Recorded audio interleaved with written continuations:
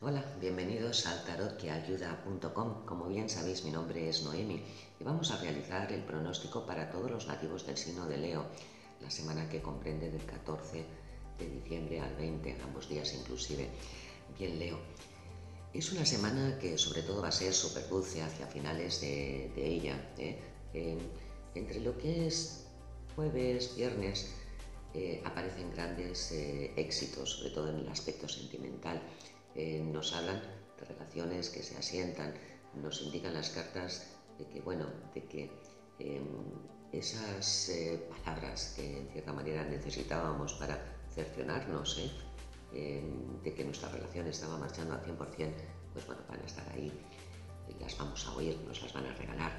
Bueno, es una semana dulce en todos los aspectos, por lo tanto es importante saber disfrutar de ella. Sobre todo porque habéis pasado momentos de muchísima inestabilidad a lo largo de este año. Han sido momentos realmente duros, pero bueno, como buenos luchadores que sois, no hay mal que por 100 años dure, y aquí estáis con otras perspectivas realmente mucho más positivas. En el aspecto de salud tenéis una tendencia a estar, bueno, un poco patosos, por lo tanto sería cuestión de no ir tan sumamente despistados y así librarnos de algún que otro contratiempo que nos podemos ahorrar sin ningún tipo de problema.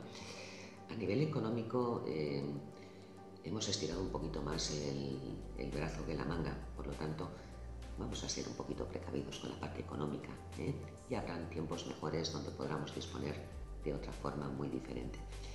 Bien, Leo, esto ha sido a grandes rasgos el pronóstico para vosotros del 14 al 20 de diciembre. Os aconsejo realizar una consulta porque vais a poder realizar preguntas concretas que realmente os van a llevar a otro tipo de conclusiones, os van a ayudar en vuestro día a día y en vuestras decisiones.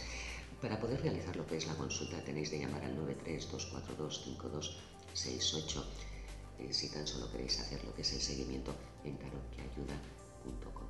Bien, recordad, es una semana realmente muy positiva para todos vosotros, por lo tanto, aprovechad y disfrutad de ella. Bueno, sin otra, espero veros en la próxima semana.